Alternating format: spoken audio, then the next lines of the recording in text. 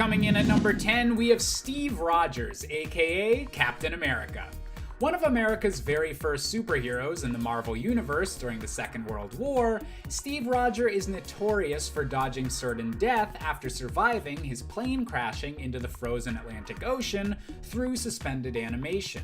Even since becoming a modern hero, however, Cap still can't seem to stay dead, with the occasion where he seemed to be assassinated by Crossbones actually resulting in his consciousness traveling through time. An inconvenient misadventure, but certainly less permanent than death. And given the fact that the Super Soldier Serum also seems to at least drastically slow Steve's aging, and Captain America just might be more immortal than you'd think. Coming in at number 9, we have Alec Holland, aka the Swamp Thing. The being that now calls itself Alec Holland is in reality the Avatar of the Green, an immortal being dedicated to protecting all nature and plant life on planet Earth, that absorbed the memories and consciousness of a man named Alec Holland after a tragic chemical explosion in the swamps of Louisiana. As long as there exists some form of plant life on Earth, the Swamp Thing can regrow his body from this plant and transfer his consciousness, essentially ensuring that there'll always be an Avatar of the Green protecting Earth, and that the memory of Alec Holland will truly never ever die. Coming in at number 8, we have Jean Grey, aka the Dark Phoenix. An X-Men storyline and character turn so iconic that they've tried turning it into a movie on 2 separate occasions, Jean Grey has long been one of the ideal hosts of the Phoenix Force, a fiery power that's one of the oldest in the Marvel Universe. This incredible force is capable of healing any injury that Jean receives, and is even capable of resurrecting her entirely if she's killed by unnatural means. Combined with her natural mutant abilities already making her one of the most powerful telepaths in the entire Marvel Universe, potentially rivaling even those of Professor X, and Jean Grey will be one of the most important mutants for many, many ages to come. Coming in at number 7, we have Ben Grimm, aka The Thing. As the physically strongest member of the Fantastic Four with an intimidating appearance to boot, the Thing is respected throughout the Marvel world for always having his family's back, and even being capable of standing up to someone as powerful as the Hulk when the need arises. Ben's change into a being made out of a mysterious rock-like substance also had some unexpected side effects, however, such as the fact that while in Thing form, he never ages. This is offset slightly by the fact that Ben is capable of appearing human for 1 day a year due to the tinkering of the rest of the Fantastic Four, but aging only 1 day a year extends your lifespan dramatically, and combine that with all of the near-death situations or universal collapses that the Fantastic Four have avoided together, and Ben Grimm definitely earns the title of being practically immortal. Coming in at number 6, we have the Incredible Hulk, aka Bruce Banner. Considering the Hulk's most popular and critically acclaimed series of the last decade was literally called the Immortal Hulk, obviously the big green guy earns a spot on this list. Built around the twist that the Incredible Hulk has always been immortal and that Bruce Banner first died during the original Gamma Bomb explosion and has been constantly resurrecting ever since, this series took the Hulk into a wild new body horror direction, with all Gamma-powered beings apparently being connected to the One Below All in a way that allows them to circumvent even the natural process of death. The Hulk is apparently a problem that can never be permanently solved. Coming in at number 5, we have Kevin Connor, aka Starbrand. Taking his name from the literal star brand he possesses, Kevin is one of the most powerful heroes to ever be called an Avenger, gaining his powers during an Earth-wide cosmic flash known as the White Event. Gaining the ability to control and manipulate energy at a scale only limited by his imagination, Starbrand is incredibly physically powerful and capable of healing any wound on both himself or any of his allies.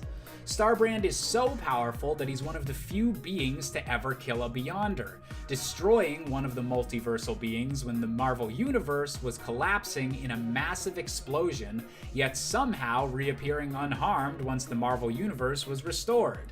And if you can heal from an explosion at the end of all existence, I think you might be able to survive pretty much anything. Coming in at number 4, we have Thor Odinson, the god of thunder. While several Marvel and DC superheroes have godlike powers, Thor is one of the very few that counts as a literal god.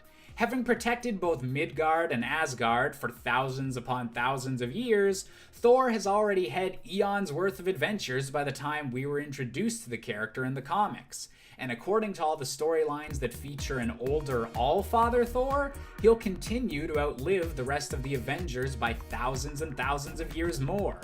With even the Norse apocalypse of Ragnarok focusing on the concept of renewal and rebirth, Thor is a heroic god that will likely never truly see a permanent end. Coming in at number 3, we have the notoriously durable Wolverine. When Wolverine was first introduced in the comics, his healing ability was just a quirk that made him a more intimidating warrior. Any cuts or bruises would just quickly become a non-issue to him. But as time went on and Wolverine became a more popular character, his healing abilities as a mutant became one of his most defining features, even more so than his iconic claws. Wolverine's healing abilities, combined with his indestructible adamantium skeleton, have been shown to be so great over the years that he's even been able to withstand the full force of a nuclear bomb, and getting his entire body ripped in half by the Ultimate Hulk.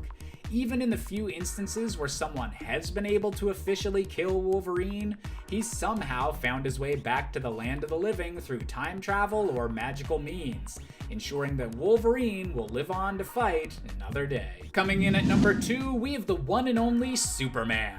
Perhaps the most iconic superhero of all time, Superman is also where giant death of a hero events hit their peak, with the huge 90s cultural moment of the death of Superman.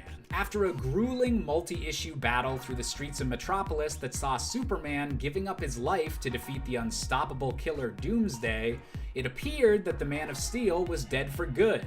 However, after a long storyline that saw multiple imposter Supermen show up, Superman was shown to have not truly died, but merely been placed in Kryptonian stasis until he was able to be healed enough to resume being a superhero.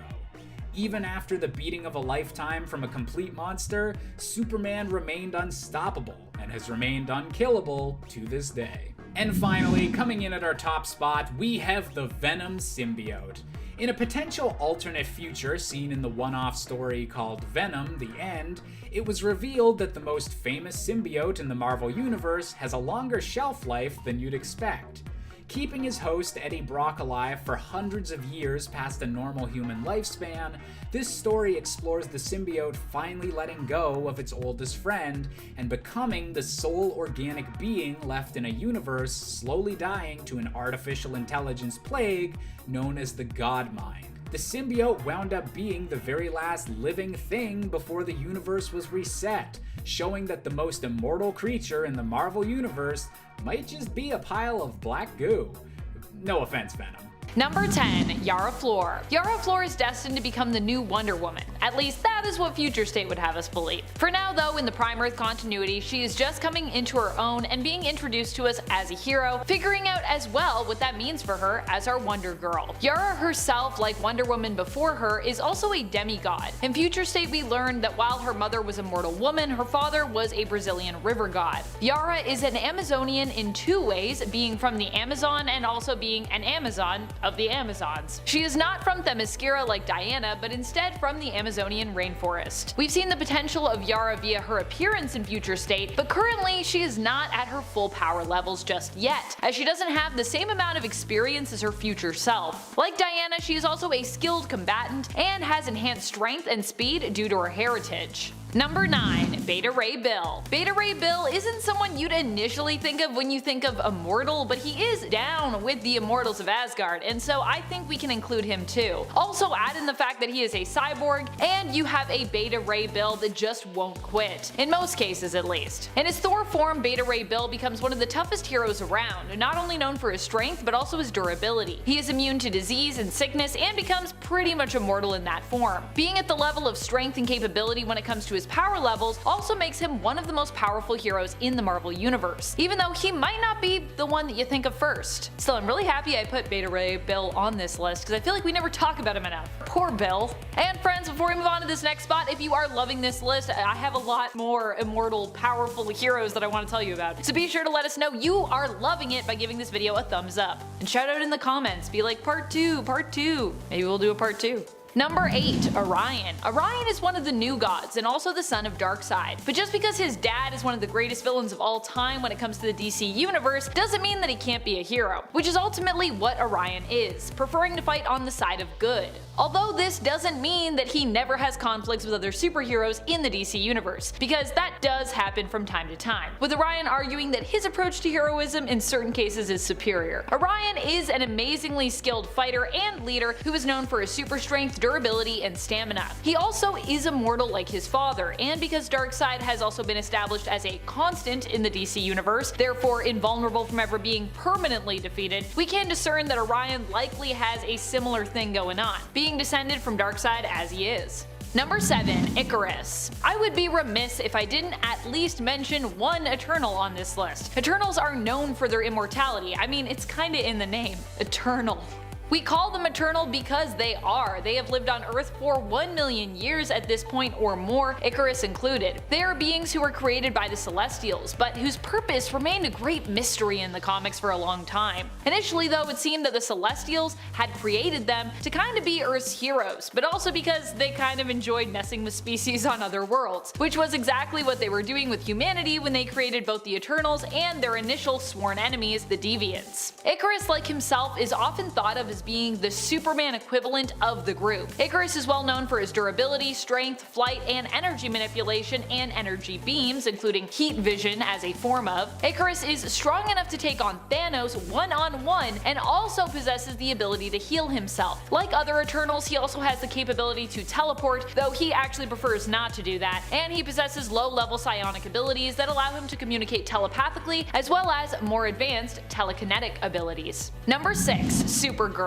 Like her cousin Kal-El, Supergirl is often perceived as being basically immortal. In Future State, we saw an alternate future where Kara left Earth and lived well into the future. At the end of her Future State limited series, Kara Zor-El Superwoman, Supergirl did inevitably die, but we don't really know what from. It could have eventually been that she succumbed to old age after living well into the future and beyond, or it could be that she died protecting the Eternal Garden and community there that she created and had fostered. I would err on the side of the latter just because of how immortal Kara already seemed in that series. And that's not the only alternate reality where we've seen Kryptonians living well into the future, virtually untouched by age. There have been countless other realities, including that of DC 1 million, where we've seen heroes like Superman live well beyond normal years, becoming basically a sun-powered god. So if this is true for Clark based on his physiology, it must also be a possibility for Kara as well. Number 5. Wonder Woman. Wonder Woman is still a woman that can be killed,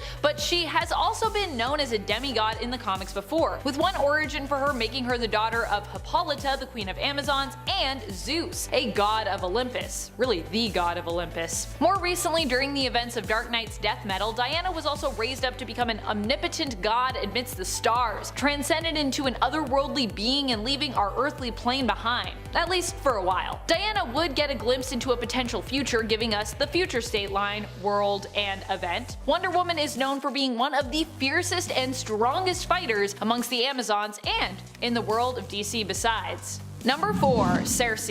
Probably one of the most powerful Eternals around, and definitely one of the few with the greatest staying power in the comics, is Circe. So she's not only immortal as an Eternal, but also immortal in terms of her appearance in the comics. Circe is introduced to us as one of the members of the Eternals who most loves humanity in the MCU film Eternals, and the same can be said for her in the comics. There she is also known as one of the most sociable Eternals, who also appreciates a really good party. In fact, when she was tricked into believing she was human, women, this was kinda what her whole world centered around. She became like all about parties. When it comes to her power levels, Cersei is often seen as specializing in the power of transmutation. In the comics, this has never been restricted to non-organic matter either, and also gives Cersei the power to heal. As an Eternal, she not only possesses this power, but also has complete control over every molecule of her being, making her quite durable and quite hard to kill. Even when Eternals are killed as well, they're resurrected, meaning they can never really die. Not only that, but Cersei can fly, teleport, and has super strength, and is telepathic and telekinetic. She's really got a lot of powers. Like most Eternals. That is something that I feel like we didn't really see in the movie, but in the comics, they're all pretty OP. Number 3. Hulk. Hulk is definitely one of the most powerful heroes around in Marvel Comics. Often he is well known for his massive amount of strength and ability to smash or destroy just about anything he sets his mind to wrecking. Lately, however, we saw a deep dive into the character of the Hulk and Bruce Banner, who are also often described as being two separate beings kind of sharing one existence. In Immortal Hulk, we also learn not only that Hulk is extremely complex, but also that he's, well, you may have guessed it, immortal. Granted, this very revelation was something pulled from his original origin, where it was initially explained that at night the Hulk would basically take over, and because of this, whenever night fell, if Bruce Banner had been killed, then Hulk would be resurrected, bringing Bruce back with him. If you are a Hulk fan and you haven't yet read Immortal Hulk, by the way, it's definitely a must read, so go do that. And you'll see what I'm talking about with all this Immortal stuff.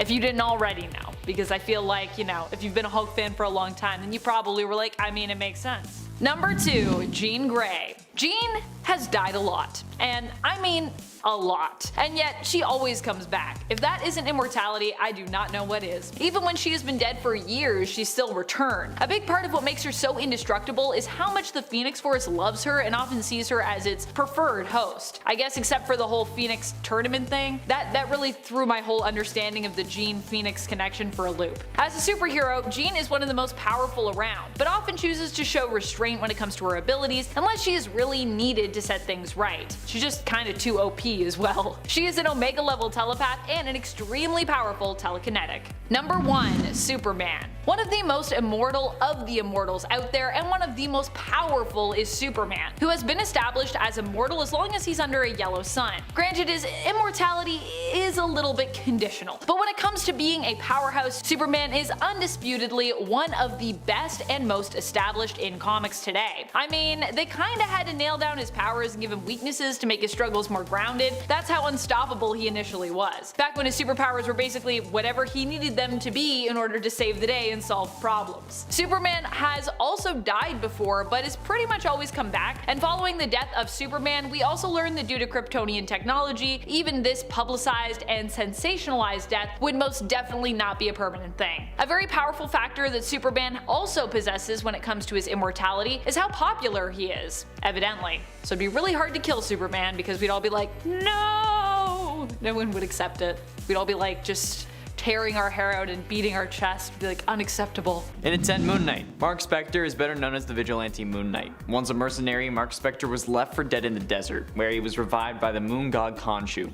Appointed Khonshu's first and high priest, Moon Knight enacts justice to protect those who travel at night. Spectre also suffers from dissociative identity disorder, which has paved the way for his use of other identities, including millionaire Stephen Grant, and cab driver Jake Lockley. Since the early days, Mark has mostly worked alone, but he's also been a member of a few superhero teams, including the Avengers and Heroes for Hire. Recently, Mark discovered that he had a daughter named Beatrice with his longtime lover Marlene Arlone. But when Khonshu sensed Mephisto's plans for world domination, Mark left her to fight by his god's side and prevent that from coming true. When Khonshu succumbed to madness, however, Mark had to turn against him and help the Avengers defeat him. However, whenever Moon Knight would end up dying, Khonshu would just bring him back to life. So yeah, in essence, he's immortal. In at 9, Elongated Man. As his name suggests, the elongated man can stretch his limbs and body to superhuman lengths and sizes. There seems to be no limit to how far or wide he can stretch, but it's more difficult to control this ability the further he's actually stretched out. However, this also allows him to absorb bullets and then even just shoot them back by tightening his skin. He can also contort his body into various positions and sizes impossible for ordinary humans, such as being entirely flat so that he can slip under under a door, or using his fingers to pick conventional locks. He can also use it for a disguise by changing the shape of his face, although this is painful and difficult for him. But being able to stretch and move your body at will could also potentially allow you to stretch your life for longer than it should be. I mean, like, if his heart is giving out, theoretically Ralph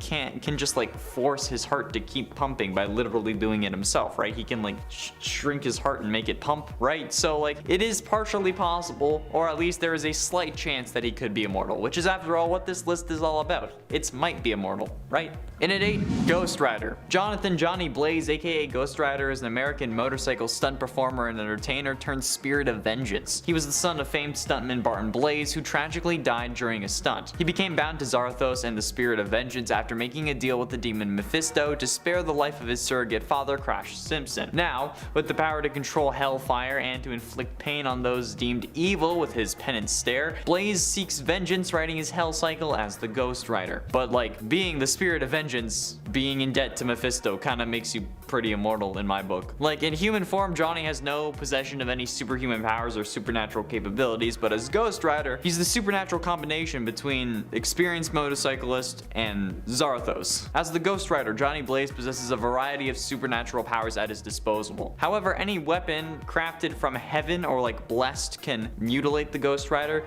which is the only way to decapitate and kill a spirit of vengeance. So without that, he's immortal. In at 7, Supergirl. Last part, Josh talked about how Superman was basically unkillable ever since the Death of Superman comic event, since he hadn't really been killed by Doomsday and instead was placed in Kryptonian stasis until he was able to be healed enough to return to being a superhero. However, the same thing can be said about Supergirl, okay? Kara Zor-El, Kal-El's older cousin who got sucked through a wormhole, making her quite a bit younger than her cousin when she got to Earth. Despite this, okay, Kal and Kara have the same Kryptonian ancestry, making them equals. So if Superman is basically unkillable at this point, so is Supergirl. It's just basic math, or like weird comic book genetics math. Since he equals her, they would both be deemed unkillable or immortal. And I think that that's fairly cut and dry. Like, obviously they can be killed, but so can basically everyone on this list, okay? So let's just cut the semantics and just like ignore the nuance. I just said that to a YouTube comments section. Wonder how effective that's gonna be. And at 6, Spider-Man. First officially referenced in 2005's official handbook of the Marvel Universe, Alternate Universes 2005 number 1, the sliding time scales is an attempt to quantify the passage of time in Earth 616 so that the characters don't age noticeably. Earth 616 featuring a sliding time scale means that rather than being fixed to any date in history, the modern era, which starts with the events of Fantastic Four number 1 and continues to the present, continuously slides forward in time. This period is roughly 13 years, which means that at any time in the present, the space flight that gave birth to the Fantastic Four always happened around 13-14 years ago, meaning that basically everyone in the Marvel Universe can't die of old age. Meaning that while stories like Spider-Man Reign, among others, take place in a time where Spider-Man is old, his main 616 version is pretty damn immortal, especially because he's Marvel's most popular superhero, which means that this man has like a death grip on Marvel so hard that they cannot physically let him go. Halfway through into number 5, Wonder Woman. The Dark Knight's death metal story wrapped up early 2021 with issue number 7, and in that issue and the issue before, we see Wonder Woman at her most powerful, in a godlike form that's even more powerful than a god. As the comic book puts it, quote, "She has been a god before, but at this moment, she's more. At this point, she has ascended past godhood and can see all of time and all realities. She sees every Earth's timeline, and she faces off against the Batman who laughs in his most powerful form. This fight is so intense that they literally hit each other through time itself. Diana here is also charged with anti-crisis energy, a connective force that links all history and all lives as one story. Then, she moves on to become one of the hands that creates the multiverse going forward, with no walls and greater possibilities. So she aids in creating the future state story, which we see in the next issues, and that was seemingly the centerpiece of DC 2021. So Wonder Woman becoming a god and remaking the universe sounds pretty immortal if you ask me. And at 4, Mr. Fantastic. In addition to the whole sliding timescale thing, which actually starts with him, making him immortal as well, Reed Richards' abilities also make him quite powerful. Mr. Fantastic possesses the ability to convert the mass of his entire body into a highly malleable state at will, which is what allows him to stretch. However, this also gives him the ability to absorb bullets and make himself more dense, basically all the reasons why Elongated Man would be immortal like I explained earlier. But the reason Reed has a leg up on Ralph is because of his son. on. Franklin Richards is one of, if not the most powerful being in the entire Marvel universe, even as an infant boy. This guy came to the present from the future and made Galactus his herald. Yeah, this dude made Galactus his and Mr. Fantastic's kid being somehow the most overpowered thing in the universe, there's no way that he would let his father die. If he wanted to, he could just like blink and his father would be resurrected. That's some Omega level shit. Like, he is like a Zeta level mutant, okay? It's insane. There's no way that this guy is dying. There's no way his dad is dying. I'll save Franklin Richards though for another list because I'm gonna need more numbers if there is one. Getting close to the end, in at number 3, Batman. Batman is possibly immortal for the same reason that Spider-Man is, in a way. Well, at least like the whole popularity thing. Probably even more so because there is no way that they would kill off Batman in the main continuity. They may have other timelines or Earths where Batman dies, but never in the main continuity will they pull a move this big, okay? His plot armor is what makes him immortal. It doesn't matter if Batman has been a thing for over 80 years, he will always be young and immortal, at least in our world. And even if Bruce does die, someone takes over the Batman mantle, and people commonly see the one who takes over as the proper Batman, since the public doesn't know that Bruce being dead means that Batman is dead, but you know, whatever. Honestly though, Batman would end up killing Death if the story needed it, and honestly there would be no question in people's minds. They'd be like, yeah, that makes sense. In the comments of times Batman embarrassed his villains, everyone seems to agree with me that Batman's greatest power isn't his money or his courage, but instead the plot armor given to him because he's DC's biggest moneymaker. But ultimately, in at number 2, Sentry. Sentry is an absolute powerhouse, so it's no surprise that he's basically immortal, okay? Even like any threat this dude will take on. Sentry has even fought and beaten Ares, which is already impressive, but how he did it is even better. Sentry used to be a part of Norman Osborn's Avengers, who went to Asgard in an attempt to lay siege and claim it, because you know, it's Norman Osborn's Avengers. However, the Marvel version of the Greek god of war didn't like that idea, so after he learned of Osborn's intentions, he came down to kill the Green Goblin. But Ares did not anticipate the absolute powerhouse that is Sentry. Sentry's monster arms. He picked him up and tore him in half. Okay? Like, how the absolute living hell did this man tear a Greek god in half? He absolutely obliterated the god of war without breaking a sweat. And if that doesn't show you the sheer power of Sentry and how overpowered Marvel thinks that Superman is, then nothing will actually show you at this point. You're a lost cause. But yeah, I feel like that makes him immortal. And finally, in at number 1, The Flash. Technically speaking, the comic version of Barry Allen survived Crisis on Infinite Earths, despite everyone believing him to be dead, since he returned to the Speed Force after turning into the lightning bolt that gave him his powers to begin with. That's also an interesting story. But after transforming into pure lightning, traveling through time and space, and striking himself, Barry was sent back into the Speed Force, and later escapes and comes back into our world in the Flash Rebirth storyline. So technically, he survived the comic version of Crisis because he didn't die. Okay, he just transcended dimensions, which is a damn testament to how the Flash will never really die, okay? If he can have a very public and very impactful sacrifice to save literally all of reality and then just be brought back because he just went into the Speed Force like some sort of speedster Valhalla, it just makes me think that if any speedster dies, they'll just go into the Speed Force and then be able to be brought back. And in reality, every character is immortal if the writers want to bring them back for whatever reason. They will always find a way. Immortal Hulk is quite different from many other modern Hulk stories that tend to be cosmic action stories like Planet Hulk, and instead tries to return the character to his roots by telling an incredibly dark and disturbing horror story that explores the nature of good and evil and the gray area in between. It is a 50-issue arc that would be much too long to get into in one video, so we will be taking a look at the first 10 issues, and if you want, we might continue this deep dive in an eventual part 2 and beyond. Issue 1 begins with a quote by Carl Jung that sets the tone for the story. Man is on the whole less good than he imagines himself or wants to be. At a gas station, a teenage girl is shopping for a drink while a drifter looks at a newspaper that talks about how the Hulk is assumed dead. An armed robber comes in and tries to rob the cashier, but is spooked when the girl drops a glass bottle in shock at the sight of him. He instinctively turns and shoots the girl. The drifter is shocked at this and starts to get angry. Before we can find out if the robber will like him when he's angry, he shoots the Drifter in the head, seemingly killing him. The cashier begs for his life, but not wanting to leave any witnesses, the robber kills him too. We are then introduced to a reporter named Jackie McGee. She is clearly a riff on the investigative reporter Jack McGee, who was hunting the Hulk in the classic 1970s Incredible Hulk television series. Jackie is covering the robbery for the local paper and is informed by the local police captain that they are not optimistic about finding the murderer. Meanwhile, in the morgue across town, night falls and the Drifter comes back to life, transforming into the Hulk. Hulk goes after the distraught robber, who we learn was only stealing to try and pay off a debt to a local biker gang so he can support his family. Hulk attacks the gang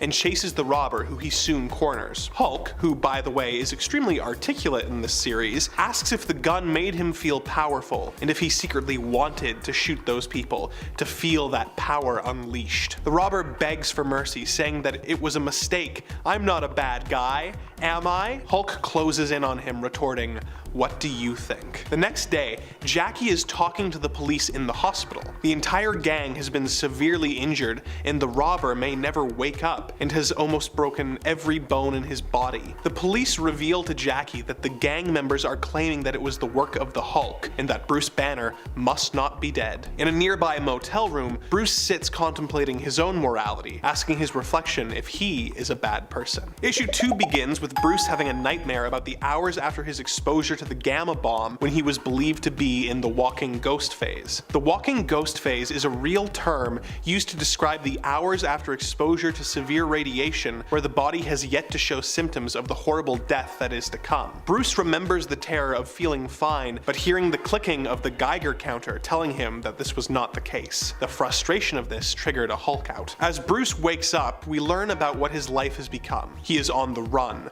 owning nothing, not even the clothes on his back, which he always loses when the Hulk comes out. He survives by begging or stealing what he can during the day, but remarks that the night belongs to the Hulk. This is a throwback to the very first Hulk comics, where rather than being triggered by rage, Banner's Hulkouts were triggered by the rising and falling sun. This was the cause of the transformations until Incredible Hulk number 4, when Bruce began triggering the transformations with the use of a machine. It wasn't until about a year later in Tales to Astonish number 60 when the Hulkouts began to be triggered by emotional outbursts. Bruce has found that the Hulk is able to guide him to situations where he is needed with an almost psychic accuracy, and has been spending his time trying to do good to atone for his past sins. This brings him to a small town where several people are dying one after each other. This chain of grief started with the death of the town's star quarterback, whose father was a doctor specializing in radiation treatment. Bruce visits the graveyard and realizes that the quarterback's grave is giving off gamma radiation, and that the string of deaths is a result of people visiting the grave, getting radiation poisoning, dying, and then infecting their loved ones when their graves are visited. Bruce tries to call in an anonymous tip to the government,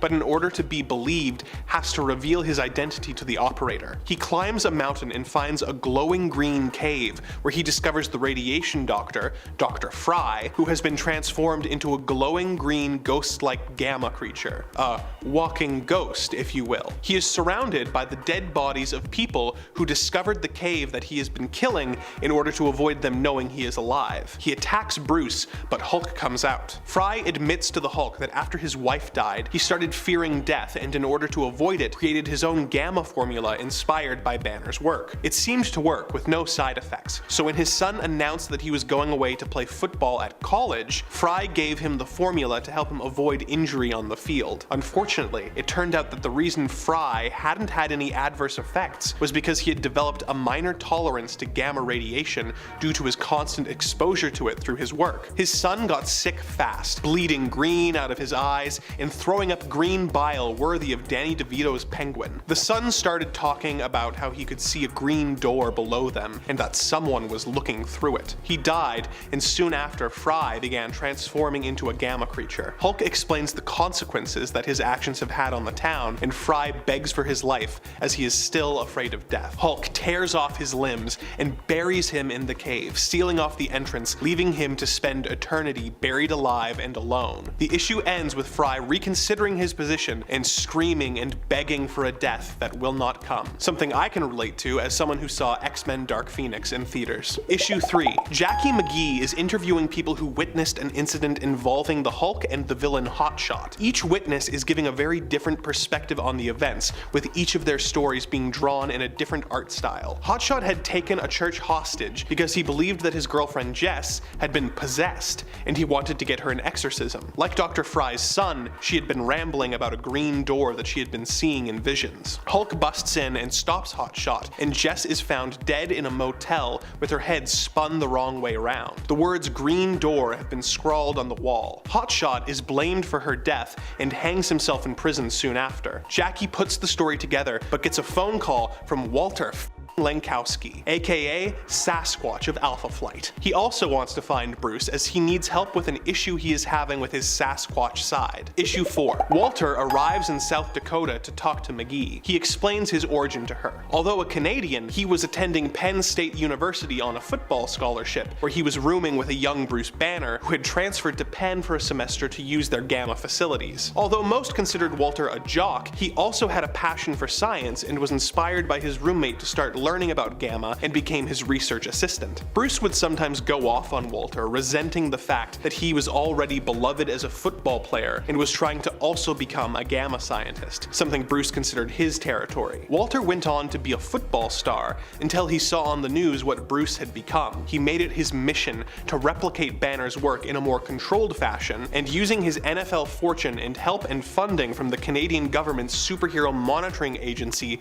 Department H, conducted an experiment quite similar to the one that transformed Banner into the Hulk in both the 70s TV show and the 2008 MCU film. The goal was to create a creature that could act as a deterrent for the Hulk, but as the experiment was conducted in the Arctic Circle, where the walls of reality are thinner, Walter became Sasquatch and saw the green door. A demon known as Tanarak entered him and started causing trouble, but that issue was dealt with all the way back in Alpha Flight Volume 1, Issue 23, and Walter insists that he has been demon-free ever since. Now that I've gone on my traditional tangent about Alpha Flight, let's get back to the Hulk. Walter's story causes Jackie to remember an incident when she was a child, where the Hulk went on a rampage in her hometown when she was a child and she saw him, developing a lifelong obsession with the Jade Giant. She and Walter begin tailing Bruce, stopping at bars where he has been spotted to try and find out where he is going. At one of these bars, a fight breaks out, and while trying to break it up, Walter is stabbed in the back. He is forced to experience every Canadian's worst nightmare while traveling in the States and is taken to the hospital for a no doubt very expensive surgery. While sitting in the waiting room, Jackie wonders why Walter didn't transform into Sasquatch when he was stabbed. Bruce shows up and talks to Jackie, telling her that they need to evacuate the hospital. In the operating room, Walter transforms into Sasquatch and begins attacking the surgeons. Issue 5. Issue 5 begins with a flashback aboard the Alpha Flight space station. Although originally Canada's greatest super team, Marvel has changed this so that they have become an international task force operating in space, being led by Carol Danvers, aka Captain Marvel. Now, I am not a fan of this. I mean, no disrespect to Captain Marvel, but why the f isn't an American in charge of Alpha Flight? It's our one cool super team. Ugh. Anyways, stay on topic, Andrew. This isn't an Alpha Flight video, it's a video about the Hulk. Anyways, in this flashback, Carol Danvers tells Sasquatch that the team is concerned that he is getting more aggressive in the field. Longtime team member Puck points out that it is becoming increasingly rare that Walter is seen in his human form. Walter brushes off their concerns, but when in private, discovers that it is becoming more and more difficult for him to return to his human form. In the present at the hospital, Banner gets McGee to evacuate the hospital while he goes to confront Sasquatch, who has eaten his entire surgical team. Bruce asks Walter if they can talk, but Sasquatch says, "I'm not Walter," and attacks Bruce, triggering his transformation into the Hulk. They fight, and Hulk deduces that Walter stayed in his Sasquatch form too long, and as a result, something got into him through the green door. The demon controlling Sasquatch reveals that he is actually the spirit of Bruce's evil dead father, Brian Banner. Now, Brian is a piece of work who is responsible for a lot of the trauma in Bruce's life and the death of his mother. He has fought fought Bruce multiple times over the years and is one of the few people that Bruce and the Hulk fear. This causes the Hulk to struggle in the fight before he realizes that it is Bruce who has a reason to fear Brian, not him. Brian reveals that he is being used as a host personality for some other being known as the One Below All. He uses Walter's claws to blind Hulk. Brian corners McGee, but Hulk absorbs the gamma in Walter's body, causing him to transform back into his human form. Hulk allows McGee to ask him one question. She asks how to become like him, and Hulk tells her to go home and leaves. Walter wakes up and realizes he no longer has the power to transform into Sasquatch. Hulk realizes that when he absorbed Walter's gamma, he also absorbed Brian Banner into him. Issue 6. Bruce is in a motel. He only has hazy memories of what happened at the hospital, but knows that Hulk has absorbed something from Walter, and therefore hasn't let the Hulk out in 2 days. Hulk writes a note to Banner telling him they must return home. In California, Bruce's wife, Betty Ross, watches reports about the Hulk on the news and reasons that it can't be him, as if Bruce was alive, he surely would have reached out. We discover that her and the Hulk's other allies are being watched by an organization known as the Shadow Base. They have found Dr. Fry and are trying to use him to create a creature that can battle the Hulk. In order to find the Hulk, they decide to use the recent incident with Sasquatch to their advantage. On Alpha Flight Space Station, Walter is being examined by longtime teammate Shaman, who suspects that the force that took him over was creation's other dark half, the One Below All. Captain Marvel comes in and reveals that the US government is wanting to extradite Walter and have him put to death for his involvement in the hospital incident. The only way to prevent this is to capture the Hulk and hand him over to the government with the help of a super team that it actually makes sense for her to be a member of, the Avengers. In Iowa, Bruce is making his way home to the Gamma test site where the Hulk was born. Hulk believes that the extra power of the site will give him the strength to defeat Brian. Danvers shows up with the Avengers and tries to take him into custody, but he transforms into the Hulk and prepares to take on his former teammates. Issue 7. Hulk fights the Avengers, managing to take out Thor, Captain America, Black Panther, Iron Man, and She-Hulk, while Captain Marvel works to evacuate a nearby town. Iron Man is weirdly eager to try out a weapon known as the Helios laser. They fire it and it reduces the whole town to ash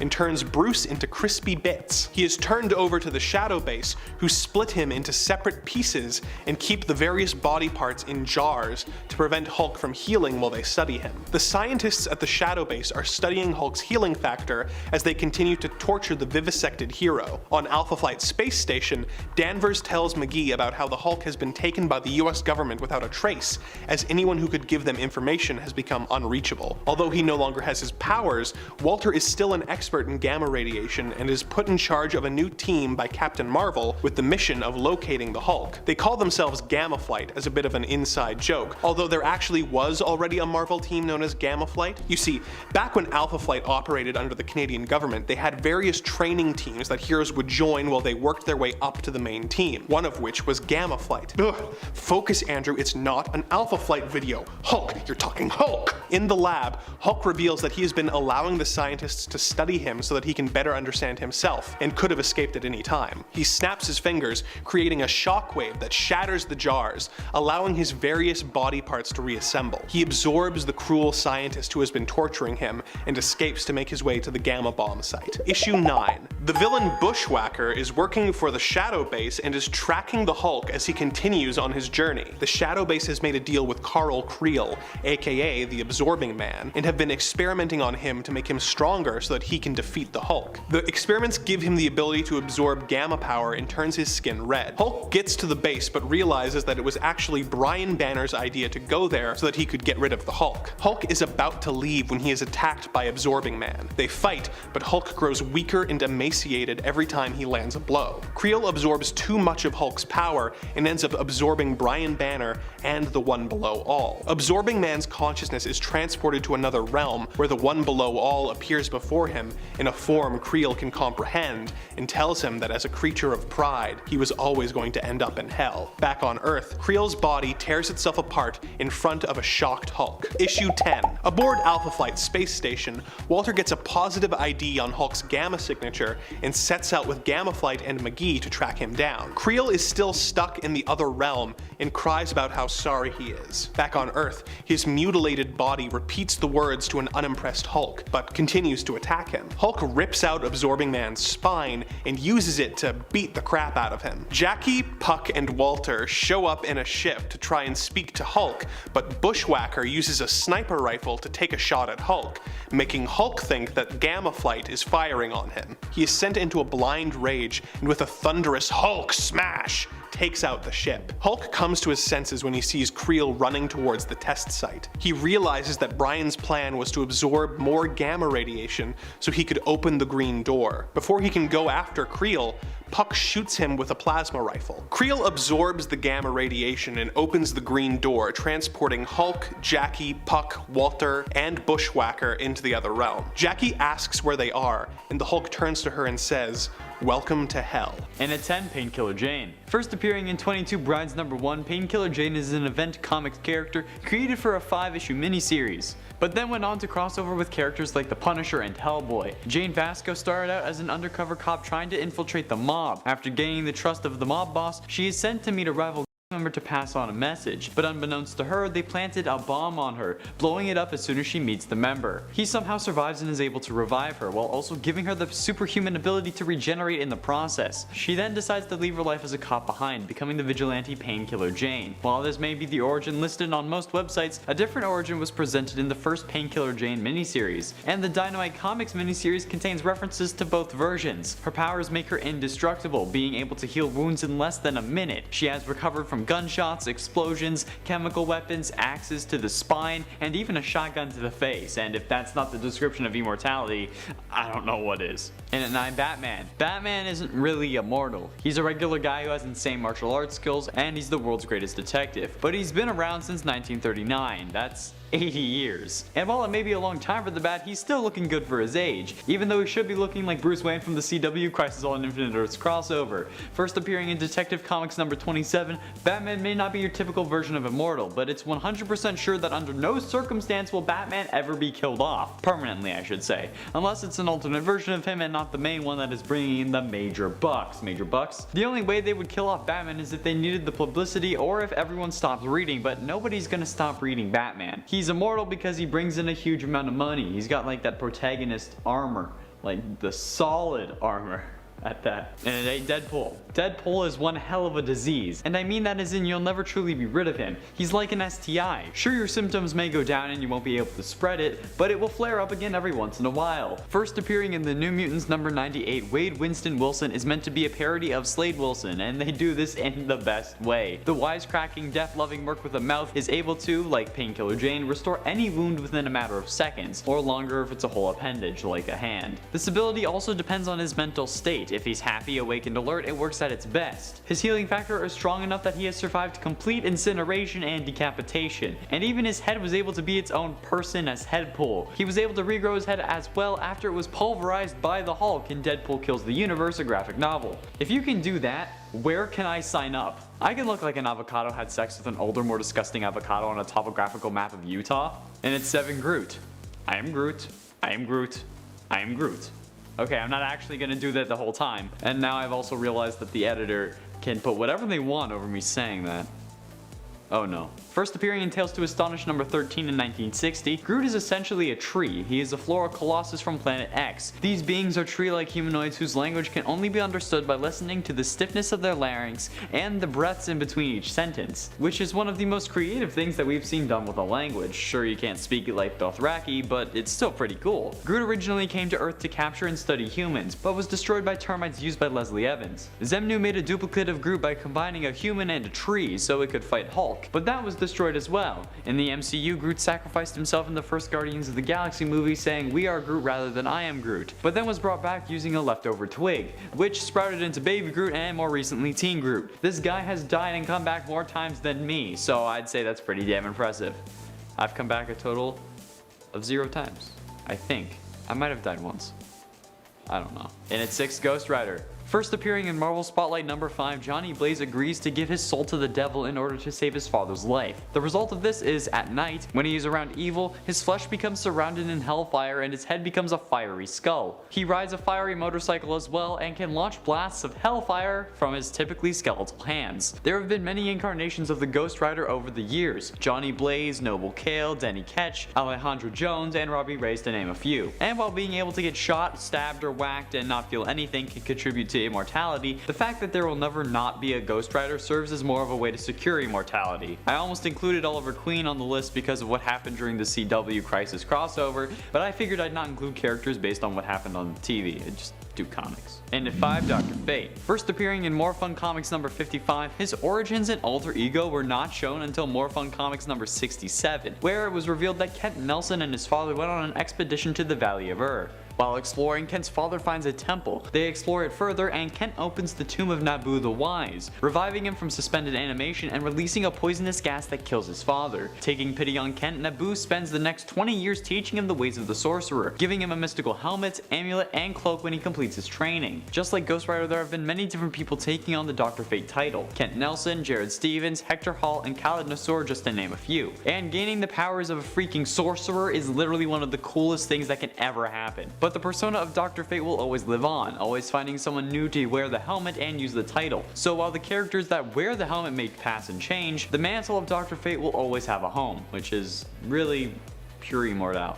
Wow, words. And at 4, Superman. First seen in Action Comics number 1, Superman has technically died before, but in the universe of comics, death is never really a true threat. The Death of Superman storyline began in 1992 and lasted until late 1993, where it shocked fans to think that Superman was truly dead and that there was no returning. However, this is often cited as the event that sparked the whole nobody ever really dies in comic books theme, where no matter who dies, they will bring him back within the next few issues. While also being bulletproof and super strong, he can fly, has heat vision and frost breath, and can basically do whatever he wants with no consequences. Yes, while it may be possible to kill him like they have in the past, Superman is considered the poster boy of comic books and referred to as the first superhero by many. This is technically untrue because others like Zorro predate him and fit the same bill as Superman, but whatever. You can't kill the literal face of comics, especially when we have events like Blackest Night which bring back characters who even their creators forgot about. And at 3, Green Lantern.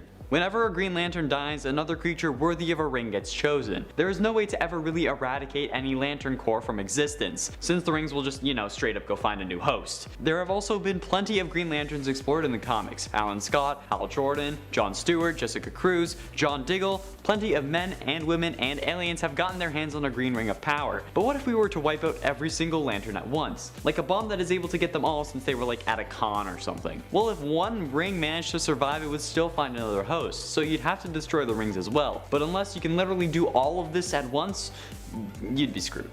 Because then they come for you because you just literally killed everyone. And at 2, Wolverine. This wannabe honey badger has slowly had his healing factor amped up over time. He used to take days to recover from a severe beating, as seen in the classic X-Men in Australia storyline in the 90s. But now you can drop an atom bomb on him and he can just get right back up. In fact, it was revealed that every time Wolverine dies, he goes to like this hellish world, where he has to fight a demon samurai for the right to return to life. Yeah, I don't get it either. Wolverine has also managed to regenerate his entire body from a single drop of blood after it landed on the Crystal of Ultimate Vision in Uncanny X-Men Volume 1, Annual number 11 in 1987. This also gave him incredible cosmic powers, which he abandoned and instead destroyed the crystal, killing Horde, who was trying to take it for himself. Why would you do that? Which is pretty cool and one of the dopest things I've seen come from comics, but again, why would you do that? Just tear him apart. God.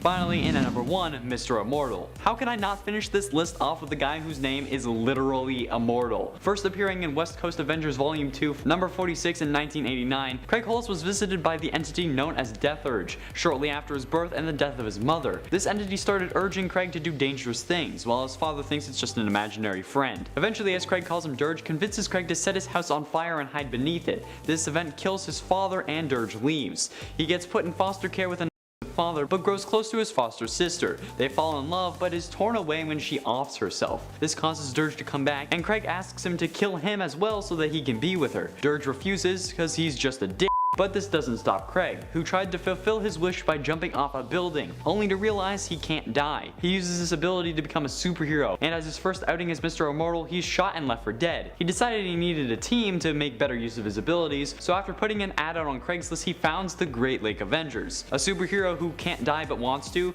That sounds pretty interesting to me. Sam Guthrie, aka Cannonball, has been both an X-Man and an Avenger, and due to his apparent status as an external, is believed to be immortal. His powers are based around the ability to generate thermochemical energy and release it from his skin, then using that energy to propel his body through the air at fantastic speeds, effectively making him, as his name states, a human cannonball. Compared to the rest of this list, he is definitely lacking in the variety of powers department, but really, any superhero with immortality is going to be an asset, and I'd be happy to have him in my corner. Number 9. Thor is only borderline immortal, since he can be killed by Ragnarok.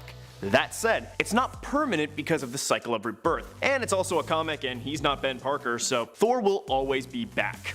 At least, that's what it appears to be anyway. Regardless, Thor's powers are well known, especially given his prolific role in the Marvel Cinematic Universe. But let's take a quick look at those. Obviously, we have superhuman strength, speed, durability, and as long as he's eating the golden apples, stay in his physical prime. And with Mjolnir, he possesses dimensional transportation, a form of flight, and weather manipulation, and that's more than enough for me to say he's worthy of being on this list. Number 8. I am gonna call this one potentially immortal, simply because while he can die, he's also been seen living 800 years in the future in the X-Force/Cable one-shot Messiah War, so seemingly, as long as no one kills Deadpool, he'll keep living. And given this character has, or should have been killed more times than I can count, killing him doesn't seem to be enough to stop him from coming back. So, I'm gonna go ahead and add him to this list. Number 7. Yep, Superman's immortal. At least, as long as he isn't killed. Although, let's be real, that hasn't stopped him yet either. Action Comics 1000 depicted a story of Superman bidding farewell to the Earth, and more specifically, his parents, shortly before it would be consumed by the sun, confirming that Superman could not die of natural causes. But also, in a sweet moment, we witness Clark question life, even now that he's billions of years old. We see him question what it was all for and why he keeps coming back. We already know Superman is strong, but that goes without saying. But even with everything he's experienced over the length of his incredibly long life, we see that the true strength of Superman is in his considerate nature and the strength of his heart, even in the last moments of the Earth. Number 6.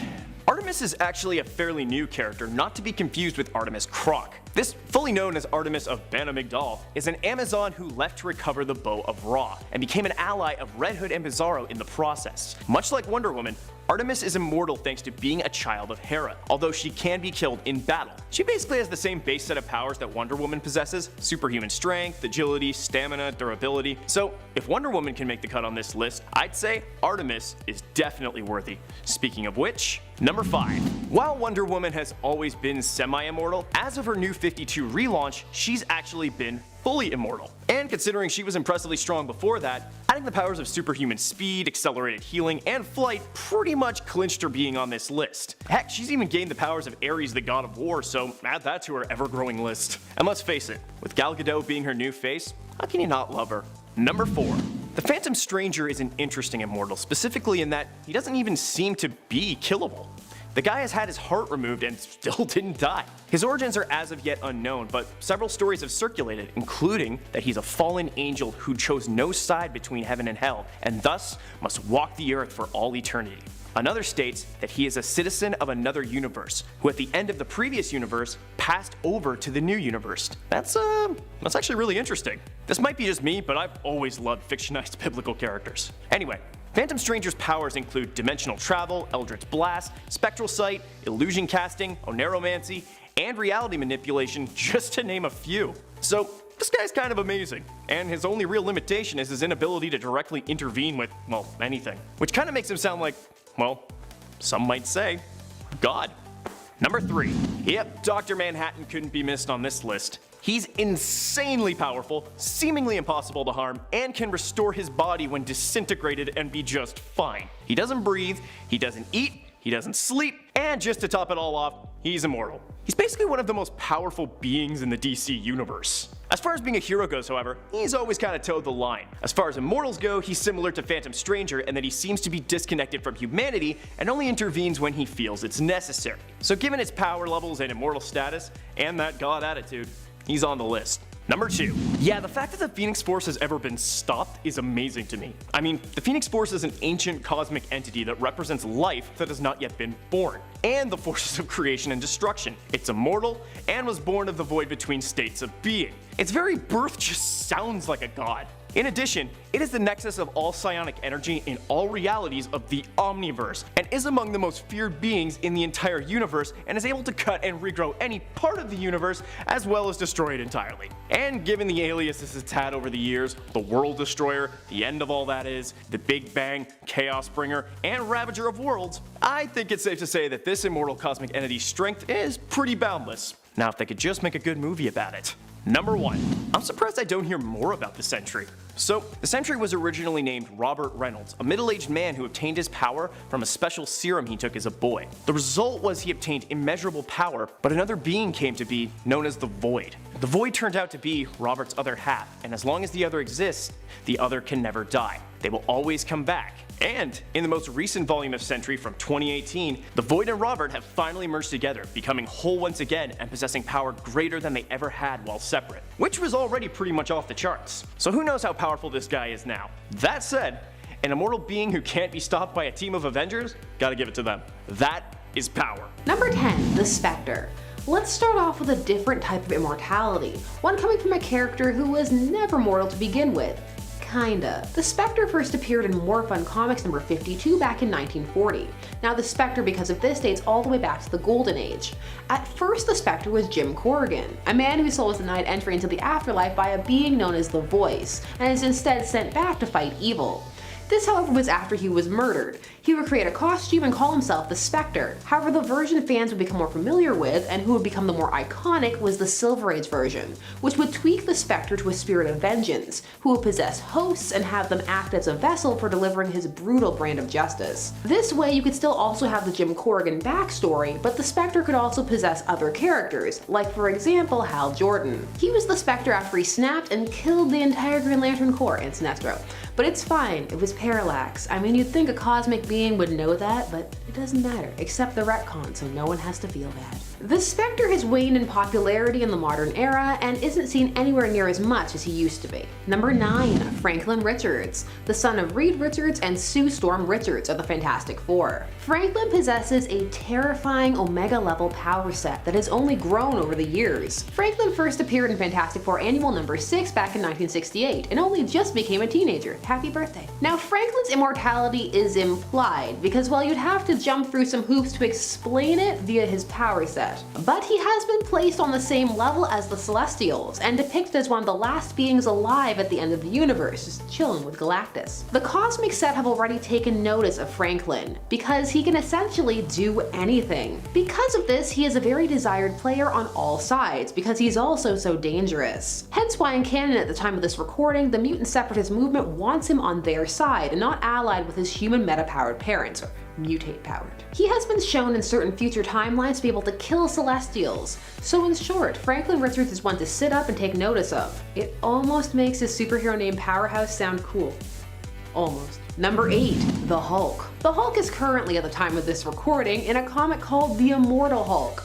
And it means what it says. The Hulk is immortal. And this isn't the only time he has been depicted as such. In the very depressing storyline The End, he was shown to be the last person on Earth, utterly alone after his counterpart Bruce Banner died. Hulk is loneliness there is. In the Immortal Hulk, Banner cannot die properly and instead is dragged back to life by the Hulk if his form is killed. The transformations in this comic are depicted as monstrous and Cronenberg-esque, and the punishment the Hulk can take is immense, such as having his whole body cut up and separated into jars. This is while his mind stays intact and he can just watch what's happening to him. There are some truly horrifying prospects attached to proper immortality. The run started off as a really solid horror and then kind of started diving into multiple personalities and a companion who wanted to be the Hulk because he was allowed to be angry.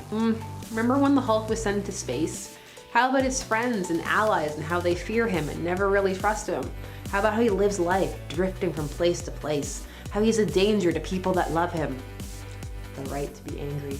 Okay. In at number 7, the Phantom Stranger. This is another cosmic entity, and this one with no origin by design. Who is the Phantom Stranger? No one knows. The Phantom Stranger first debuted in Phantom Stranger #1, all the way back in 1952. Who is he? Well, he is a mysterious figure who just kinda shows up when he is needed. Sometimes, not all the time.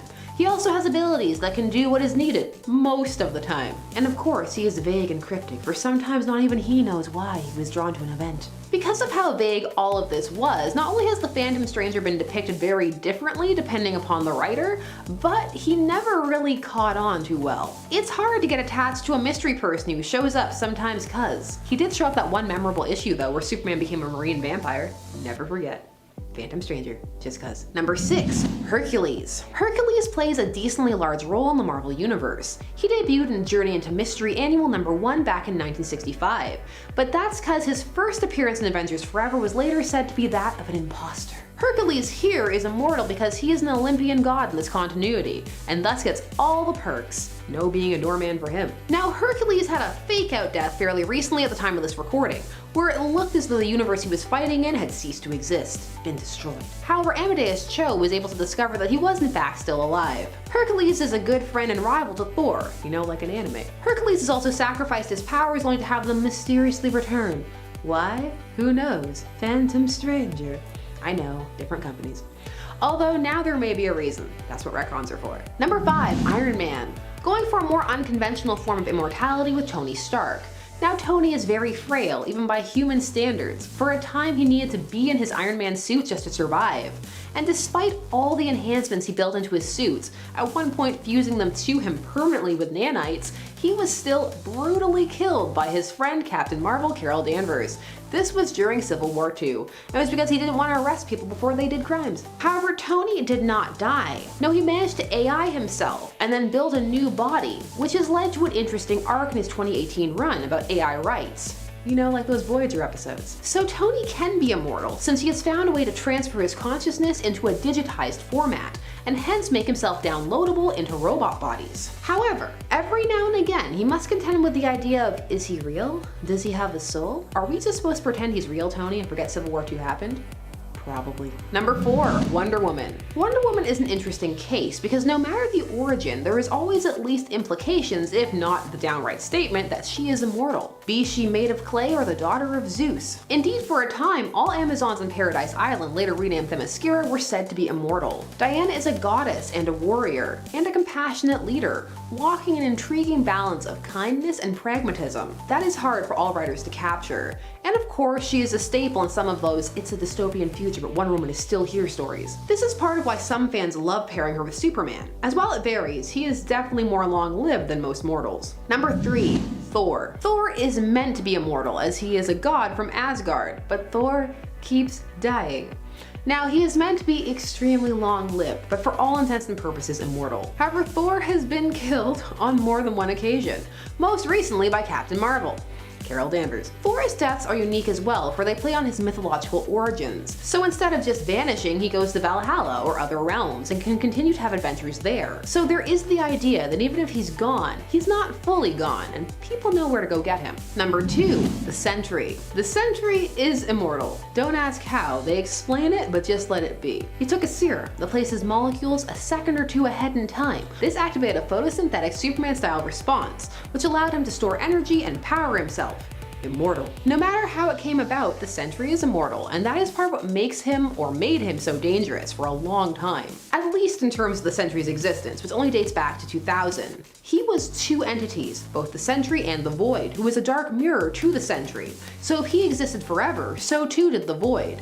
It was part of why the Marvel Universe was made to forget about him, which was the crux of his retconned in origin story. At the time of this recording, his two halves have fused, reconciled. Where does it have to go from there? We shall see. And in at number 1, Dr. Manhattan. John Osterman's whole life changed after the accident that transformed him into Dr. Manhattan. He was the Watchmen universe's only superpowered man, a being of pure energy who recreated himself outside of time and space, and changed everything. Dr. Manhattan has only grown more and more distant from people and the world, largely because he can exist outside of time, seeing all of it simultaneously. He is completely immortal and omnipotent. And of course, there was Doomsday Clock, which brought the Watchmen X-Men and DC universes into proper contact with each other, and which essentially concluded with there's gonna be more timelines and crises and a crossover.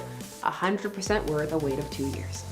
Not salty at all. Number 10, Frank. Yep, Frank. Okay, fine. You may know him better as Frankenstein's monster. You know the beginning of Frank's story, created by Victor Frankenstein, or Frankenstein if you prefer. The monster eventually found himself frozen in ice, being thawed a century later. After falling in with some rough crowds, he would eventually go on to join various monster hunting teams, including the Fearsome Four and later the all-new Howling Commandos, after being recruited by Agent Coulson. Since he's kind of already dead, he can't really die, and since his cells aren't alive, he's even immune to disease. And I mean, considering he's the star of one of the greatest horror franchises in the world, I'd say he's pretty scary. Number 9, Nightcrawler. Nightcrawler definitely isn't what most people think of when they think scary superhero, but he was on my mind since I just did an alternate versions list for him. A link down below, maybe? That said, he's definitely one of the freakiest looking heroes out there, largely because of his demonic heritage. Now look, I'm no bigot, but the dude definitely looks like a demon, which is fine in comic books, but if I ran into him in a dark alley, I would not be pleased, especially if he suddenly teleported behind me. He also ticks the Immortal box, since he already died and had to sacrifice his soul to come back to life, which sounds kinda selfish, but it was actually for the greater good. Long story. Number 8, Deadman. Boston Brand was a circus acrobat, but after being murdered, he made a deal with Ramakrishna, a Hindu goddess, to give him powers to find his murderer. But he's a decent guy, so if he sees someone being bad while he's finding the murderer, he stops them by possessing people. This led to him working with various super teams, including Justice Society International. And I gotta say, this was a pretty easy choice, since Deadman is a spooky, spooky ghost, which instantly gives him both immortality cred and scary cred. Making my job easy. Another nice thing is that he looks a lot more villainous than most heroes, which also means he looks pretty darn scary.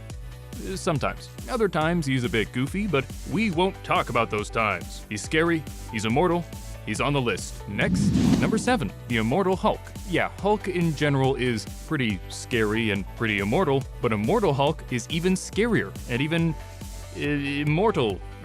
Not only does he have a healing factor keeping him young and strapping, but the whole point of the character is that this Hulk keeps bringing Banner back to life whenever he dies. So like, yeah, that's pretty darn immortal. Immortal Hulk, unlike other modern versions, only comes out in the evening if Bruce Banner is injured or dead, and apparently Immortal Hulk is the most powerful one yet. So not only does he look terrifying, but he's also even stronger than previous incarnations. Plus, as I said, he only comes out at night, and we all know nighttime is super spooky. Number 6, Ghost Rider. I think we all knew Ghost Rider would be on here. I doubt I need to really explain why he's scary, but in case you're totally lost, he's a biker with a flaming skull and demon chains who can consume souls and cause you to feel every bit of pain you've ever inflicted on someone. So yeah, probably not great to run into in a dark alley, especially if you're a jerk. In terms of immortality, it's stated in Ghost Rider's Heavens on Fire number 6 that only God can destroy a Ghost Rider, since he created them. True, the concept of God in the Marvel Universe is a bit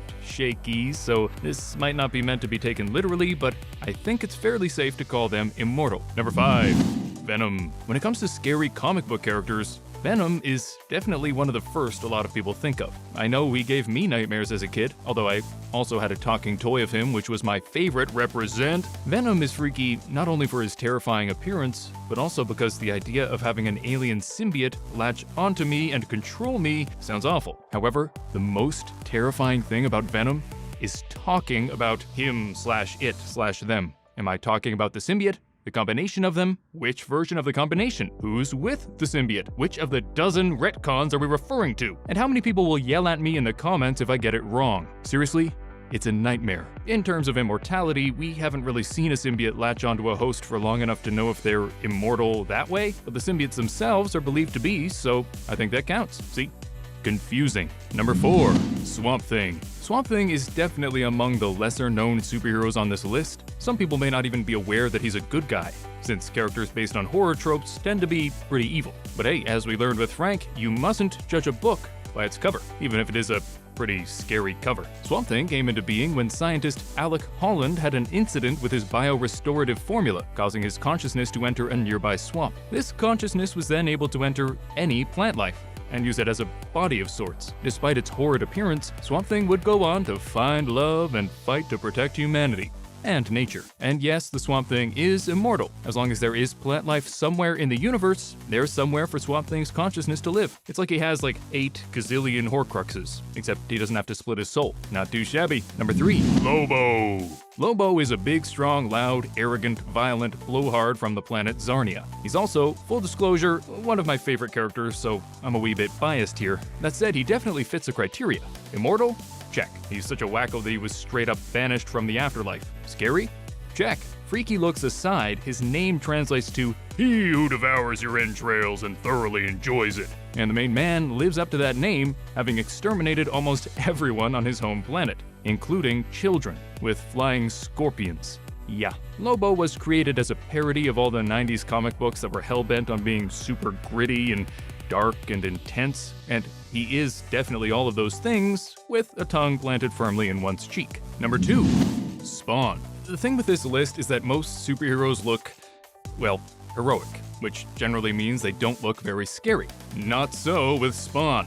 Al Simmons was a cop who was murdered and sent to hell, only to make a deal with Malebolgia to become a Hellspawn, in exchange for seeing his wife one last time. And he's pretty darn cool. Sure, the 97 version looked a bit more like a WWE character than Demon Spawn, but if you want any proof that he's a scary dude, check out the trailer for the 2020 reboot, because my goodness, he terrifying. In terms of immortality, Spawn won't die of old age, and generally won't die of anything unless beheaded by a weapon of heaven. Or if you manage to kill him in the Dead Zone, an alley on Earth that counts as heaven's domain. So like, you should probably avoid that alley, or he'll get murdered by homeless men again. True story. Number 1, Deadpool. That's right, nerds. I don't care that I've talked about him a million times on this channel. If you give me an opportunity to slap Deadpool onto a list, I'm slapping him onto the list. For the 3 people who somehow don't know by now, Wade Wilson is a wisecracking mercenary who, through an experimental treatment, gained absurd regenerative abilities, to the point where he basically can't die. And why is he scary? Well, because his skin looks like this. Yeah, those are tumors. You're welcome. Plus, he isn't exactly the most stable person, so you kinda gotta watch your back even if he is your friend. As you may have guessed, he's my favorite hero of all time, and I am absurdly excited for him to join the MCU. Just please, for the love of God, bring back Hugh Jackman for one more movie. It needs to happen. Please. At number 10, we have Annihilus. Using the cosmic control rod, Annihilus ameliorates his own well-being, spending most of his time trying to find ways to make himself, yes, immortal. The rod is known to have almost limitless capabilities, so his efforts aren't in vain, as he has found ways to fend off disease, slowing down cellular degeneration, otherwise known as aging, and warding off heat and cold. He also uses it to fly super fast, which is another plus. The only reason why Annihilus is back at number 10 for me is that he seems to need the cosmic control rod to achieve immortality. And even while he has it, he's known to be liable to make big mistakes due to his paranoia that others are going to try and snatch it from him. Remember kids, the real superpower is up here. Number 9 goes to Apocalypse. This villain, often facing off against the X-Men, originated in ancient Egypt, giving hints that he's capable of existing for hundreds of years at a time without meeting death. Yeah, so he's also known to have supreme control over his body from an atomic level, being capable of growing in size and density whenever he chooses, and adapting to his environment and fighting off disease. Not only that, but he's immune to aging again. So when Apocalypse was finally defeated by Cable, he wasn't actually killed and regenerated in a tomb in Aqaba.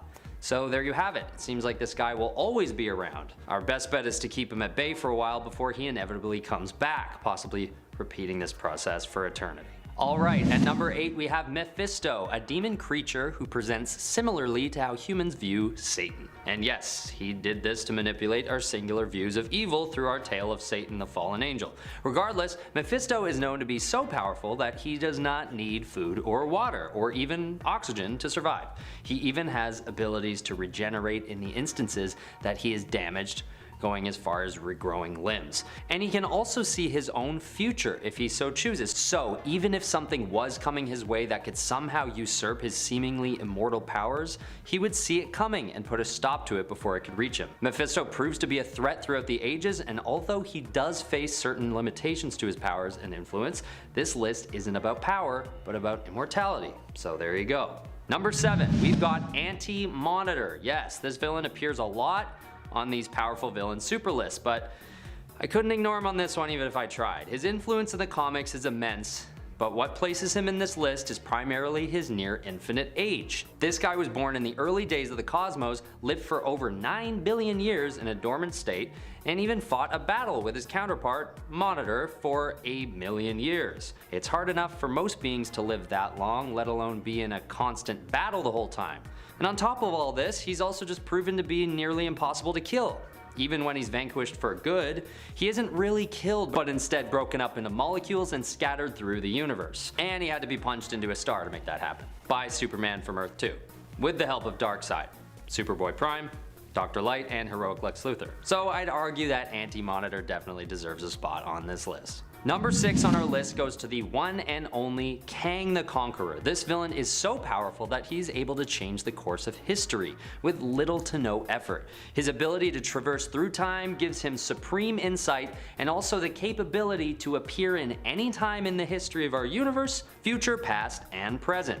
He's a real contender for this list because although he's been defeated in the past, he was really only in a state of limbo, and he never truly meets a final end. I mean, he's able to not only design the outcome of reality in most cases, but also just exist in any time he'd like. He once lived in ancient Egypt, and also the turn of the 20th century. The point is, Kang shows time and time again that he's capable of existing in multiple times throughout history, which I would argue could be a form of immortality. As Schrodinger's logic would go, Kang has and hasn't existed at every moment in history and the future. It would just be up to us to observe him, and well, good luck with that. Alright, at number 5, I'm putting Dormammu. Am I pronouncing that right? Another villain who's been around for countless millennia, possibly even millions of years. Dormammu proves to be powerful enough and durable enough to possibly be considered immortal.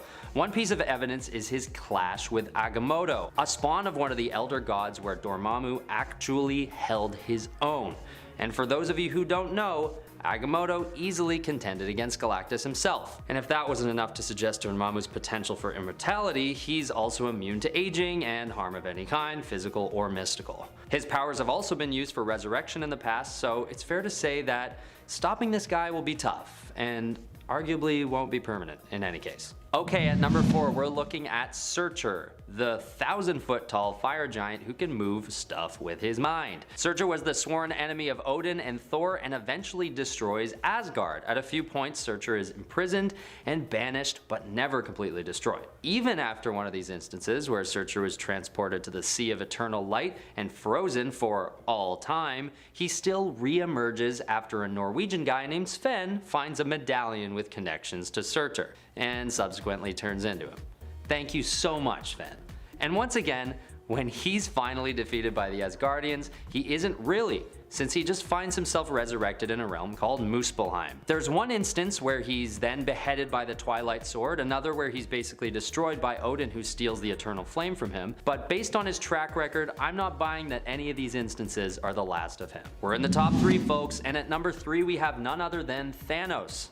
I know, yes, in the movies he was beheaded, but many argue that this isn't the end of him. Thanos is an ancient Eternal who was born on the planet Titan to his father Alars, also an Eternal. So, this dates Thanos back about 1,000,000 years, and Thanos himself is an Eternal, meaning we can at least deduct that he's immune to all disease and aging.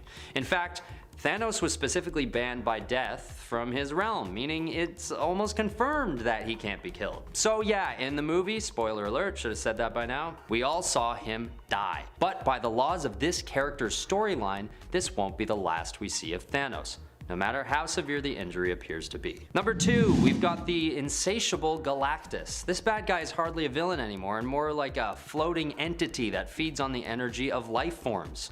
Interdimensional and one of the oldest known beings to ever exist, Galactus always finds a way to bring evil to the cosmos. Even in his apparent death, he was replaced by Abraxas, who basically took over in his absence. As much as Galactus is able to endure, and despite his nearly infinite age, there are instances where he's weakened and put into submissive positions by other forces in the cosmos. The closest he comes to truly dying is when Thor and Galactus's attempted assault on the Black Winter goes horribly wrong and Thor turns on him, leaving him on the brink of death. A little too late, I'd say, considering you just let him consume 5 planets, Thor, but also good on you for killing Galactus sooner or later. But does Galactus ever die? Not really. Let's just hope that Abraxas doesn't come back again while he's gone. We don't want that. That guy's no good either. At number 1, we have the Goblin Entity. This being was created at the point of the Big Bang, so one of the oldest on our list for sure. That said, the power of this villain has sustained over billions of years, and just like Galactus, it is driven by its insatiable hunger for energy. It's basically a giant, dark entity that moves through the cosmos, ingesting everything in its way. It is confirmed that the Goblin Entity cannot die, and if it were to be killed, similarly to everyone else on this list, it would find a way to regenerate. It seems what we're dealing with in this top 10 is a group of villains that just won't stop, no matter how hard you try to defeat them. But perhaps by exploring the villains with potential immortality, we're also exploring the deepest depths of true metaphorical evil found in the DC and Marvel universes, in that in the real world as well, evil does always find its way back into the world, and all that can be done about it is temporary. Although those moments are sweet, where good wins, it's not long before we have to prepare for evil to return and rear its ugly head again.